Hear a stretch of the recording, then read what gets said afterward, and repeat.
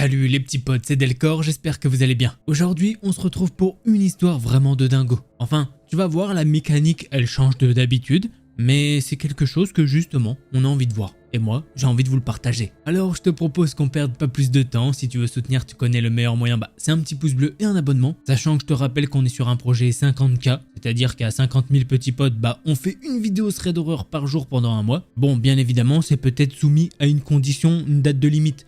Si c'est dans 8 ans qu'on atteint ça, peut-être que je serai plus là dans 8 ans. J'en sais rien, je peux pas vous dire. Donc le but justement, c'est d'arriver au 50K le plus vite possible. Allez, prends ton meilleur chocolat chaud et installe-toi confortablement.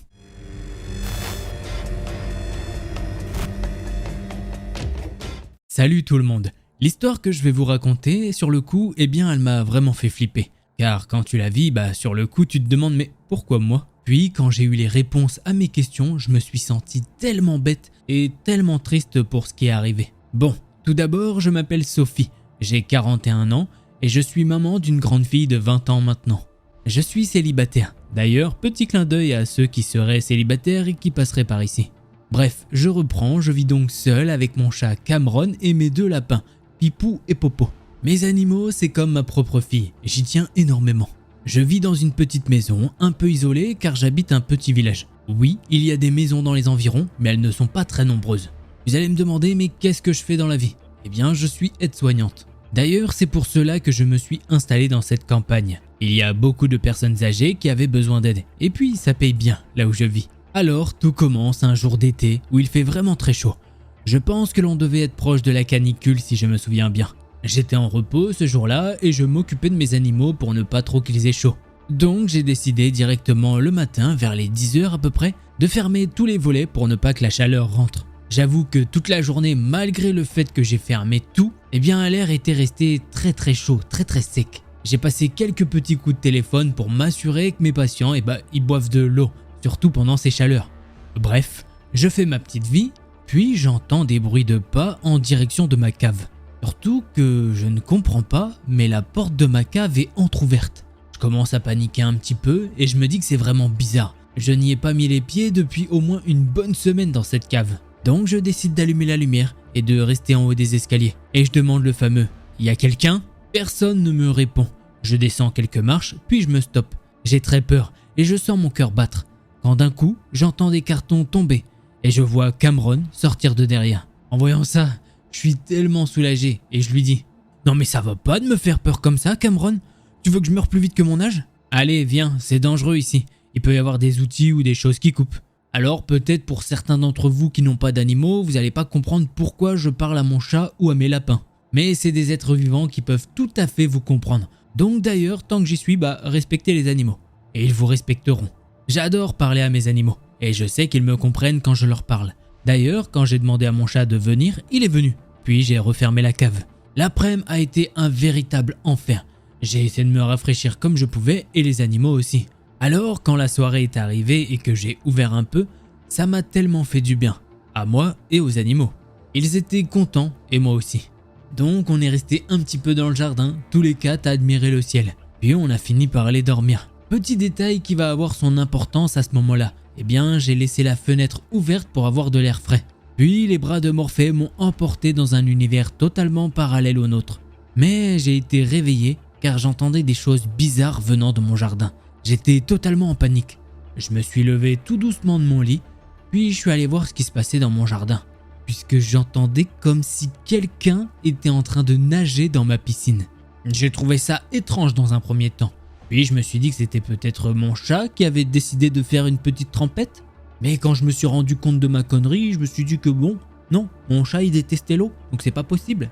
Alors je me suis dit que c'était peut-être un animal de la forêt d'à côté qui voulait aller faire trempette. C'est à ce moment-là que je suis arrivé au bord de ma fenêtre. Et je ne sais pas pourquoi, mais je n'ai pas regardé directement. Je me suis mise de côté, puis j'ai sondé les environs. Et c'est là que je l'ai vu. Il y avait un homme, tout nu dans ma piscine, en train de nager et faire des allers-retours. J'étais tellement choqué que je ne savais même pas quoi faire. Je suis donc resté là, la bouche ouverte en train de bugger littéralement. Puisque qu'est-ce que je pouvais faire sérieusement ? Lui dire de dégager ? Sachant que je pense qu'il ne m'a pas vu. Autant rester discrète, non ? Est-ce que je devrais appeler la police ? Bon, je vous rappelle que j'habite à un petit village. Au grand jamais, s'ils viennent, ils vont mettre 30 minutes à venir. Et au pire, ils vont me rire à la gueule et me dire Bah il fait chaud, faites profiter les autres. Donc je suis resté là, à guetter cet individu. J'étais caché, je ne faisais aucun bruit. L'homme ne pouvait pas me voir de là où j'étais. Et puis c'était totalement la pénombre, donc je me fondais bien dans le décor. Mais le truc c'est que au moment où il est sorti de la piscine, il s'est mis à regarder la fenêtre. J'ai tellement eu peur que j'ai eu un mouvement de recul. Heureusement, il n'y avait rien derrière moi. Et heureusement aussi, je n'ai fait aucun bruit. Puis, je me suis de nouveau avancé vers ma fenêtre. J'ai regardé de nouveau, et là j'ai pu voir que l'homme se rhabillait tout en fixant ma fenêtre d'un air vraiment bizarre. Puis il a commencé à s'avancer vers ma maison. Je ne savais vraiment pas quoi faire. Est-ce que je devais fermer ma fenêtre et montrer que j'étais bien consciente qu'il était là? Ah, je suis désolé de vous décevoir, mais ce n'est pas ce que j'ai fait. J'ai gardé ma fenêtre ouverte et je me suis blotti contre le mur. Et je guettais les moindres mouvements que je pouvais entendre. Je pouvais dire qu'il s'était arrêté. Et plus précisément, en dessous de ma fenêtre qui est au premier étage. Puis là, le mec s'est mis à fredonner une espèce de petite berceuse dans mon jardin. J'avais très peur. Qu'est-ce que ce type chelou était en train de faire? Ça a duré 1 à 2 minutes, puis le gars est parti. J'ai eu beaucoup de mal à m'endormir après cela. J'avais peur que ce type essaye de rentrer dans ma maison. Donc le lendemain, au boulot, j'étais vraiment fatigué. Et tout le monde me l'a dit d'ailleurs. Bref, le temps passe et de temps en temps, la nuit, j'entends quelqu'un chanter cette berceuse. J'ose même pas aller à ma fenêtre car je ne sais pas du tout ce que veut ce type. De plus, il n'était pas dans mon jardin, mais il passait devant ma maison. Sachant qu'en plus, c'était pas aussi tard. C'était surtout quand je me faisais à manger. Alors comment je pourrais aller le voir et lui dire mec, pourquoi tu passes devant chez moi et tu chantes une berceuse? C'est vraiment ridicule. Mais cette berceuse était spéciale. C'est comme si elle était remplie de tristesse, de mélancolie et de regret. Je sais pas trop comment décrire la chose, mais elle me mettait vraiment mal à l'aise. Puis, un jour, il a fait aussi chaud que la première journée décrite un petit peu plus haut. Donc j'ai décidé de laisser ma fenêtre ouverte. Je m'endors et là je suis réveillé par quelque chose de vraiment effrayant. Je ne suis pas réveillé par un mec qui nage dans ma piscine, non. Mais quelqu'un qui fait des efforts. On pourrait croire qu'il se met à creuser. Là, je me rends compte qu'au même moment, il y a un type qui creuse dans mon jardin. Bon, là ça en est trop pour moi. Malgré la peur qui parcourt tout mon corps, j'appelle les policiers. Après que j'ai fini de les appeler, je jette un coup d'œil dehors et je vois Cameron à côté de cet individu. En plus de ça, j'ai l'impression que cet individu essaye de l'amadouer. Là, j'ai plus peur pour la vie de mon chat que la mienne. Je descends à la cuisine et je prends un couteau. J'ouvre ma porte avec mon arme levée. En face de moi, le gars se redresse et il me fait face. Là, je peux clairement voir la tête de ce type.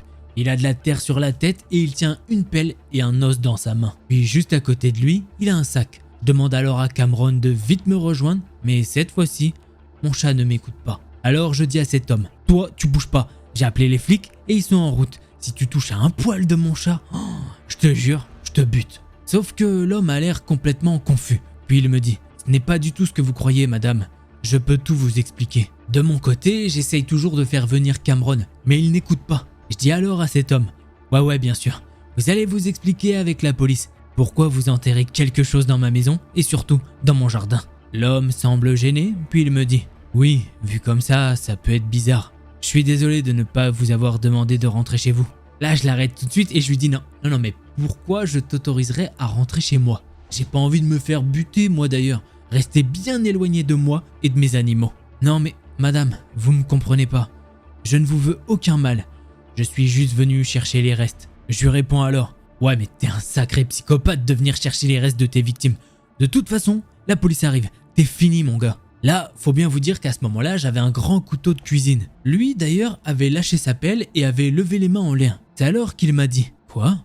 Un psychopathe? Ma victime ?» Je lui ai alors répondu « Ouais, j'ai vu plein de documentaires de personnes comme vous qui rôdent et qui chassent la nuit, qui prennent du plaisir à torturer et à jouer avec leurs victimes. Je t'ai vu rôder autour de ma maison depuis un moment quand je faisais la cuisine. Ah, ouais, je sais pas comment vous dire ça. » Après ça, il y a eu un gros silence.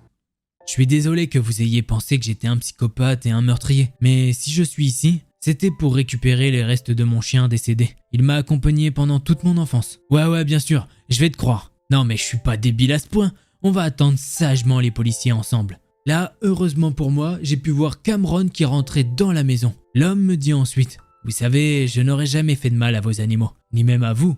Si vous pouvez baisser votre arme, cela serait bien. Vous savez pourquoi je suis rentré ici sans permission? Eh bien, j'ai peur des gens. Pour moi, rien que de vous parler, c'est énormément difficile là tout de suite. Mais vu que vous ne me croyez pas et que vous tenez une arme, je vais vous dire pourquoi ces ossements me tiennent beaucoup à cœur. Quand j'étais petit, je me suis fait beaucoup harceler à l'école. J'étais le campagnard et je me faisais tabasser et insulter. Le seul ami que j'avais, c'était mon chien Plume. Il me réconfortait dans ce monde de brutes. Pour ce qui concerne mes parents, ce n'était pas mieux. On habitait cette maison, mais personne ne faisait attention à moi, sauf mon ami Plume. Plume savait quand j'étais triste, quand j'étais en colère, et que cela n'allait pas bien du tout. Et on avait l'habitude de se balader tous les deux, et je chantais cette petite berceuse à chaque fois que l'on se promenait, ou bien pour aller dormir. Il était tout le temps là. Puis un jour, mes parents ont divorcé. Et pendant cette période, ils m'ont envoyé en internat à l'étranger. Et je n'ai pas réussi à emmener Plume avec moi. Il est mort de vieillesse, mais je n'ai pas pu venir lui dire mes adieux. Et quand j'ai pu enfin rentrer au pays,